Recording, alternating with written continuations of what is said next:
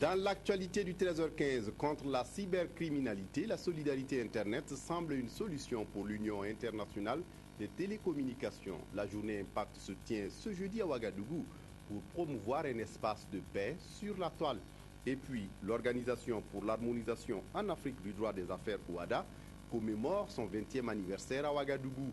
Des économistes, des juristes et autres experts africains se sont retrouvés pour mener la réflexion sur le thème l'OHADA 20 ans déjà, bilan et perspectives. Et puis en sport, vous le savez, les étalons rencontrent ce samedi les Fennecs d'Algérie en match de barrage pour la qualification au Mondial Brésil 2014. À 2 jours du match, comment se présente la situation du stade? Jérôme Tiendrebego sera en direct du stade pour nous répondre. Mesdames, Messieurs, bonjour et ravi de vous retrouver. L'Union internationale des télécommunications cherche des solutions pour lutter contre la cybercriminalité. La journée Impact est une initiative du président du FASO pour promouvoir un espace de paix sur la toile.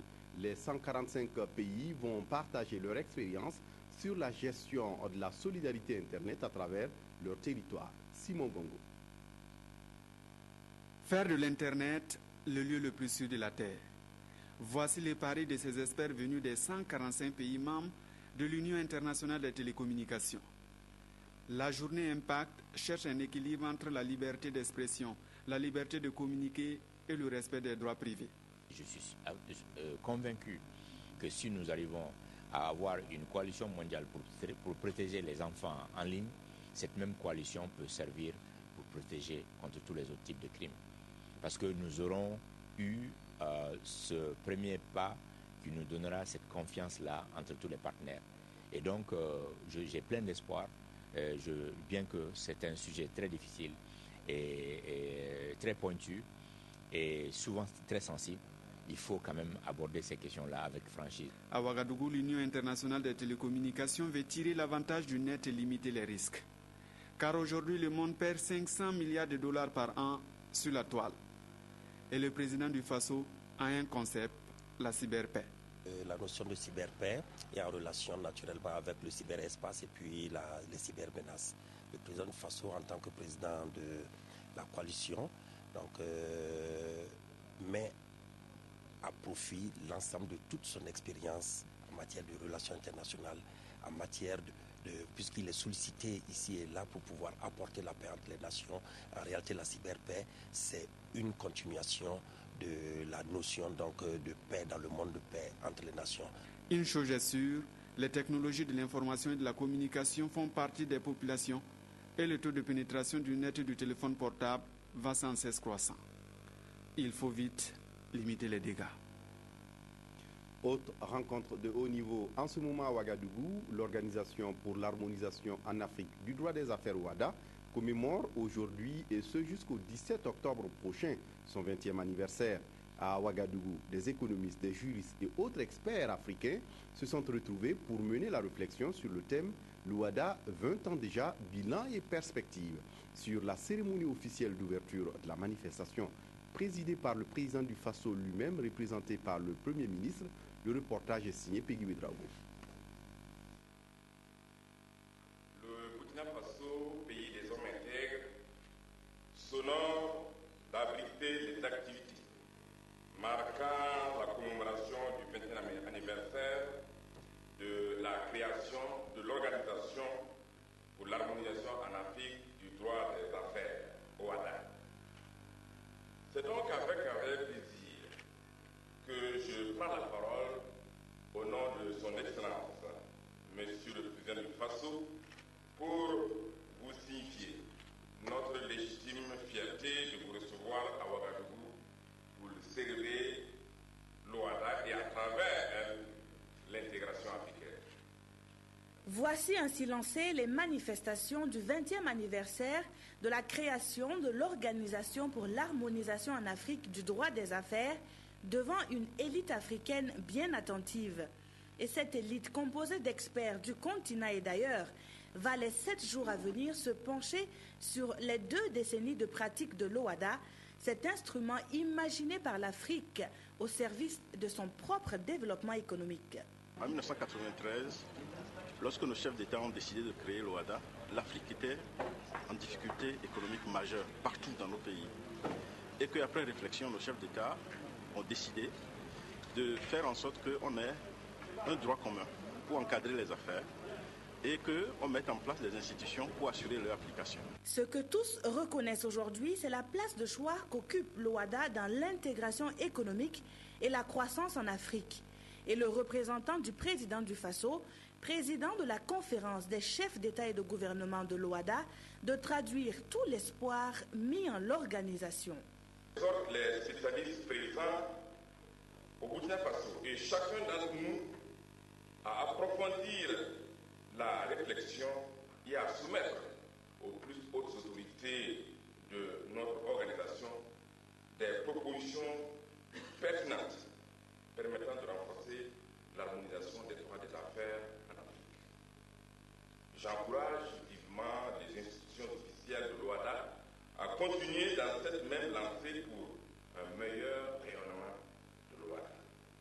Je ne peux clore ces propos sans rendre un hommage mérité à ceux qui ont conçu, ceux qui ont cru, élaboré et soutenu l'OHADA à sa création. Je voudrais citer en particulier Martin Kish et le juge Kéba Mbaye. Le 20e anniversaire de l'OHADA, ce sont des conférences et diverses ambiances studieuses, mais aussi cette foire dédiée aux droits des affaires. Une cour de justice qui connaît des dossiers économiques dans l'espace ouest africain, c'est bien la cour de justice de l'UEMOA. Eh bien, la cour vient d'effectuer sa rentrée solennelle ce 9 octobre à Ouagadougou, où siège la cour. Là aussi, c'est le bilan de la cour et ses perspectives à l'horizon 2020 qui sont mis en exergue. Salinana.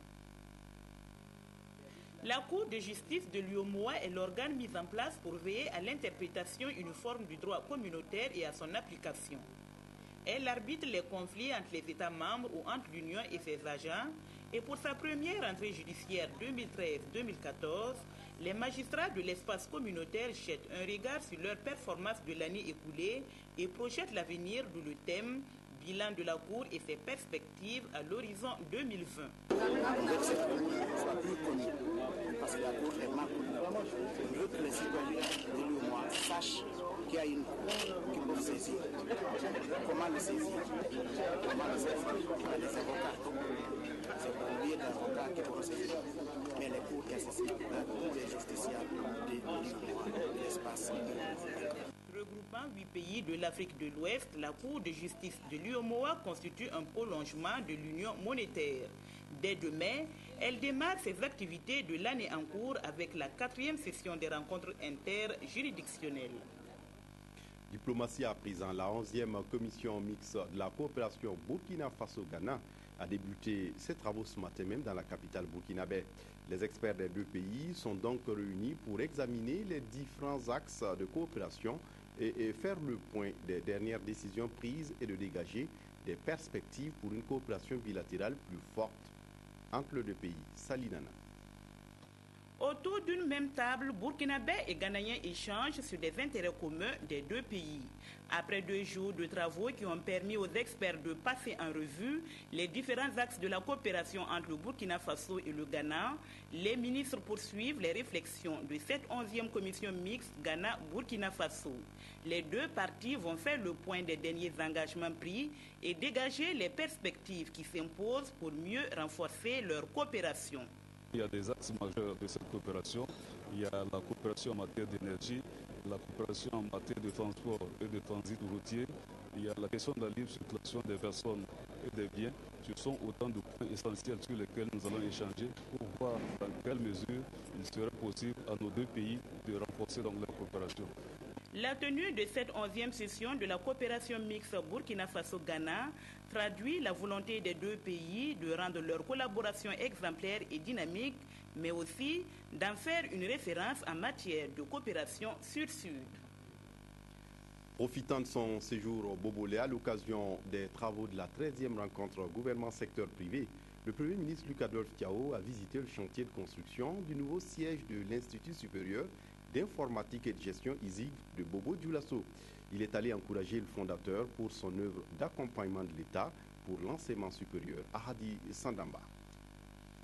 Le chef du gouvernement sur le site de construction du siège de l'Institut supérieur d'informatique et de gestion ISIG de Bobo-Dioulasso. En se rendant ici, Beon-Luc Adolphe Tiao dit venir encourager le fondateur de l'établissement pour son soutien aux efforts du gouvernement dans sa quête de l'excellence. Après s'être imprégné de toutes les informations relatives au chantier, le Premier ministre a visité l'immeuble dans son ensemble, allant du hall au deuxième étage. C'est pour saluer un homme, M. Isidore Kini. Vous voyez déjà ce qu'il a fait à Ouaga et qui s'investit énormément. Ce complexe va coûter pas moins de 2 milliards de francs. Je pense que c'est une vision qu'il a et qui montre que le secteur de l'enseignement supérieur n'est plus le fait du gouvernement. Il faut que les privés s'y mettent et le gouvernement, bien sûr, est prêt à les accompagner dans ce sens. Donc, je souhaite que cet immeuble-là puisse être terminé et je formule en tout cas toute notre admiration pour M. Kini, nos encouragements et nous sommes disposés à l'accompagner. Ce chantier est à un taux d'exécution de 70% selon les techniciens et le fondateur de l'ISIG compte l'inaugurer en mars 2014. Avant de quitter les lieux, le visiteur a signé le livre d'or de l'établissement. Une signature qui se résume aux félicitations et encouragements au fondateur et à toute son équipe pour le soutien sans faille à l'enseignement supérieur au Burkina Faso. Agriculture, des magasins de stockage de céréales pour les producteurs du sud-ouest et de la Sicile. Ces magasins construits dans 8 villages viennent compléter le dispositif de production et d'écoulement du riz mis en place par le programme d'aménagement des bas-fonds dans le sud-ouest et la Sicile. Mardi dernier, c'était au tour des producteurs de Kionou et de Zamuna dans la commune de Boua de recevoir les clés de leur magasin. Niakiteda. Le général du groupement des producteurs de Kionou reçoit enfin les clés de leur magasin. Cela fait bien longtemps que ces exploitants du bas-fond aménagés de 20 hectares dans la commune de Boura attendent cette infrastructure. Avec la réception provisoire de ce magasin de stockage d'une capacité de 40 tonnes, le maillon manquant vient d'être comblé. Ils peuvent désormais produire sans trop de craintes liées au stockage. Ça va nous apporter beaucoup de choses. Avant, on ne savait pas comment, là où on allait conserver notre vie, pour attendre quand le prix va augmenter, on va. Maintenant, avec ces magasins-là, vraiment, ça sera une bonne chose pour nous de pouvoir conserver nos céréales. L'entreprise qui a construit le magasin reste responsable de la qualité de l'ouvrage pour encore 12 mois. Mais déjà, les responsables locaux ont exhorté les producteurs à bien utiliser cette infrastructure mise à leur disposition par le programme d'aménagement des bas-fonds dans le sud-ouest et la Sicile. À Zamuna, par contre, le magasin est fonctionnel depuis maintenant une année. Aujourd'hui, c'est la réception définitive. Ce jour, on est à 34 magasins. Donc, nous avons 3 catégories de magasins en fonction de la superficie du bas-fond. Pour les petits bas-fonds, donc, ce sont des magasins de 20 tonnes. Pour les bas-fonds, donc, comme celui de Kétou qui est de 26 hectares, donc, c'est un magasin de 40 tonnes. Enfin, pour les gros aménagements supérieurs à 40 ou 50 hectares, là, ce sont des magasins de 60 tonnes. Le programme d'aménagement des bas-fonds dans le sud-ouest et la Sicile PAPSO, qui est à sa 3e phase, a permis d'aménager 1386 hectares sur 54 bas-fonds au profit des producteurs. Pour permettre l'écoulement de la production, le programme a également réalisé des pistes et des ouvrages d'art comme ce pont des Amouna dans la Sicile.